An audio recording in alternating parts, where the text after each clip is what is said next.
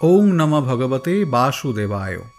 নমস্কার শ্রোতা বন্ধুরা, অমৃতধারা মোটিভেশন চ্যানেলের আরও একটি নতুন ভিডিওতে আপনাদের সকলকে স্বাগত জানাই। আশা করি সকলে ভালো আছেন। আজকের ভিডিওতে আমরা জানব যে পাপমোচনী একাদশী কবে, এই ব্রত পালনের নিয়ম কী কী খাওয়া নিষিদ্ধ এবং সবশেষে ব্রত মাহাত্ম্য কথা শ্রবণ করব। সকলকে অনুরোধ, ভিডিওটি মনোযোগ সহকারে দেখুন এবং এরকম আরও ভিডিও পেতে চ্যানেলটি সাবস্ক্রাইব করে রাখুন। চৈত্র মাসের কৃষ্ণপক্ষের একাদশী তিথি পাপমোচনী একাদশী নামে পরিচিত। এই দিনে জগতের রক্ষক শ্রী হরি অর্থাৎ ভগবান বিষ্ণুর পুজো করা হয়। বিশ্বাস করা হয় যে ব্যক্তি পূর্ণ আচার অনুষ্ঠানের মাধ্যমে ভগবান বিষ্ণুর পূজা করেন তার সমস্ত ইচ্ছা পূর্ণ হয়। এছাড়াও ব্যক্তির অজান্তে করা পাপ থেকে মুক্তি পায়। পাপমোচনী একাদশী কেবল এই জন্মেরই নয়, পূর্ববর্তী 7 জন্মের পাপও দূর করে এবং জন্ম মৃত্যুর চক্র থেকে মুক্তি দেয়। এই বছর অর্থাৎ 2025 সালে এই একাদশী তিথি 25শে মার্চ বাংলার 11ই চৈত্র মঙ্গলবার পড়েছে। কিন্তু আমরা এই একাদশী 25শে মার্চ করব না, আমরা পালন করব 26শে মার্চ বাংলার 12ই চৈত্র বুধবারে। অর্থাৎ এইবার আমরা একাদশীর পরিবর্তে মহা দ্বাদশী ব্রত পালন করব এবং পালন করব 27শে মার্চ বৃহস্পতিবার। পালনের শুভ সময় ভোর 5টা 34 থেকে সকাল 9টা 39 পর্যন্ত। যারা এই ব্রত পালন করবেন তারা পালনের আগের দিন অর্থাৎ 25শে মার্চ নিরামিষ আহার ভক্ষণ করে রাত্রে দন্ত মার্জন করে নেবেন। পালনের দিন নির্জলা উপবাস করলে ভালো হয়, তবে যাদের পক্ষে সম্ভব হয় না তারা ফল, বাদাম ইত্যাদি গ্রহণ করতে পারেন। তবে মিষ্টান্ন গ্রহণ করবেন না, কারণ বিভিন্ন মিষ্টান্ন তৈরিতে ময়দা এবং চালের গুঁড়া ব্যবহার করা হয়। তাই দোকান থেকে কেনা মিষ্টান্ন গ্রহণ করবেন না। বাড়িতে ছানা দিয়ে সন্দেশ বা অন্য কিছু মিষ্টি তৈরি করে গ্রহণ করতে পারেন। দুধ থেকে তৈরি খাবার যেমন ছানা, পনির থেকে তৈরি বিভিন্ন ব্যঞ্জন, মিষ্টি, দই প্রভৃতি গ্রহণ করতে পারেন, কিন্তু রবি শস্য একেবারেই গ্রহণ করবেন না। উপবাসের দিন ভোরবেলা উঠে স্নান করে পূজা অর্চনা করবেন। এই দিন ভগবান বিষ্ণুর উদ্দেশ্যে একটি প্রদীপ প্রজ্বলন করবেন এবং একটি হলেও তুলসীপত্র চন্দনে মাখিয়ে ভগবান বিষ্ণুকে নিবেদন করবেন। বিষ্ণুর পূজা শেষ হলে লক্ষ্মী মাতার পূজা করবেন। এবার চলুন আমরা ব্রত মাহাত্ম্য শ্রবণ করে নিই। তবে আপনাদের কাছে একটাই অনুরোধ, এটি কেউ অর্ধেক শ্রবণ করবেন না, কারণ এই মাহাত্ম্য যদি মনোযোগ সহকারে শ্রবণ করেন তাহলে আপনি কখনো কোনো ভূত বা আত্মার দ্বারা আক্রান্ত হবেন না এবং ব্রাহ্মণদের 1000 গরুদান করার পুণ্য লাভ করতে পারবেন। শুরু করছি পাপমোচনী একাদশীর ব্রত মাহাত্ম্য কথা।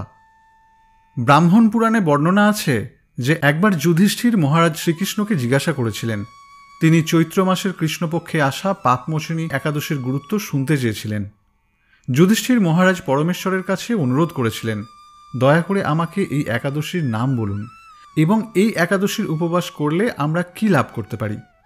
শ্রীকৃষ্ণ তখন বললেন, সমগ্র জগতের কল্যাণের জন্য আমি তোমাদের এই একাদশীর গুরুত্ব বলছি। প্রাচীনকালে অতি মনোরম চৈত্ররথ পুষ্প উদ্যানে মুনিগণ বহু বছর ধরে তপস্যা করতেন। একসময় মেধাবী নামে এক ঋষিকুমার সেখানে তপস্যা করছিলেন। মঞ্জু ঘোষা নামে এক সুন্দরী অপ্সরা তাকে বশীভূত করতে চাইল, কিন্তু ঋষির অভিশাপের ভয়ে সে আশ্রমের 2 মাইল দূরে অবস্থান করতে লাগল। বীণা বাজিয়ে মধুর স্বরে সে গান করত। একদিন মঞ্জু ঘোষা মাধবীকে দেখে কাম বাণে পীড়িতা হয়ে পড়ে। এদিকে ঋষি মেধাবীও অপ্সরার অনুপম সৌন্দর্য দেখে মুগ্ধ হন। তখন সেই অপ্সরা মুনিকে নানা ছলাকলা এবং কটাক্ষ দ্বারা বশীভূত করে। ক্রমে কামপরবশ মুনি সাধন ভজন বিসর্জন দিয়ে তার আরাধ্য দেবকে বিস্মৃত করেন। এইভাবে অপ্সরার সাথে কামক্রিয়ায় মুনির বহু বছর অতিক্রান্ত হল। মুনিকে আচারভ্রষ্ট দেখে সেই অপ্সরা দেবলোকে ফিরে যেতে মনস্থ করল। একদিকে মঞ্জু ঘোষা মেধাবী মুনিকে বলতে লাগল, হে প্রভু, এখন আমাকে নিজ গৃহে ফিরে যাওয়ার অনুমতি প্রদান করুন। কিন্তু মেধাবী বললেন, হে সুন্দরী, তুমি তো এখন সন্ধ্যাকালে আমার কাছে এসেছ, প্রাতঃকাল পর্যন্ত আমার কাছে থেকে যাও। মুনির কথা শুনে অভিশাপের ভয়ে সেই অপ্সরাও আরও কয়েক বছর তার সাথে বাস করল। এইভাবে বহু বছর অতিবাহিত হল। দীর্ঘকাল অপ্সরার সহবাসে থাকলেও মেধাবীর কাছে তা অর্ধরাত্রি বলে মনে হল।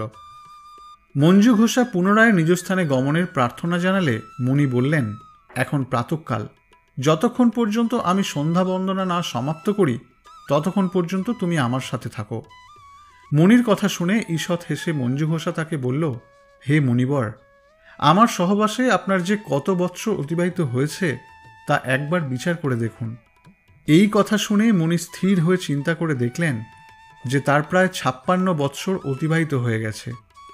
মুনি তখন মঞ্জু ঘোষের প্রতি ক্রোধ পরবশ হয়ে বললেন, রে পাপিষ্ঠ, দুরাচারিণী, তপস্যার ক্ষয়কারিণী, তোমাকে ধিক, তুমি পিশাচী হও। মাধবীর সাপে অপ্সরার শরীর বিরূপ প্রাপ্ত হল। তখন সে অবনত মস্তকে মুনির কাছে সাপ মোচনের উপায় জিজ্ঞাসা করল। মেধাবী বললেন, হে সুন্দরী, চৈত্র মাসের কৃষ্ণপক্ষীয় পাপমোচনী একাদশী সর্বপাপ ক্ষয়কারিণী। সেই ব্রত পালনে তোমার পিশাচত্ব দূর হবে। পিতার আশ্রমে ফিরে গিয়ে মেধাবী বললেন, হে পিতা, এক অপ্সরার সঙ্গদোষে আমি মহা পাপ করেছি। এর প্রায়শ্চিত্ত কি তা কৃপা করে আমাকে বলুন। উত্তরে মুনি বললেন, চৈত্র মাসের কৃষ্ণপক্ষিয়া পাপমোচনী একাদশী ব্রতের প্রভাবে তোমার পাপ দূর হবে।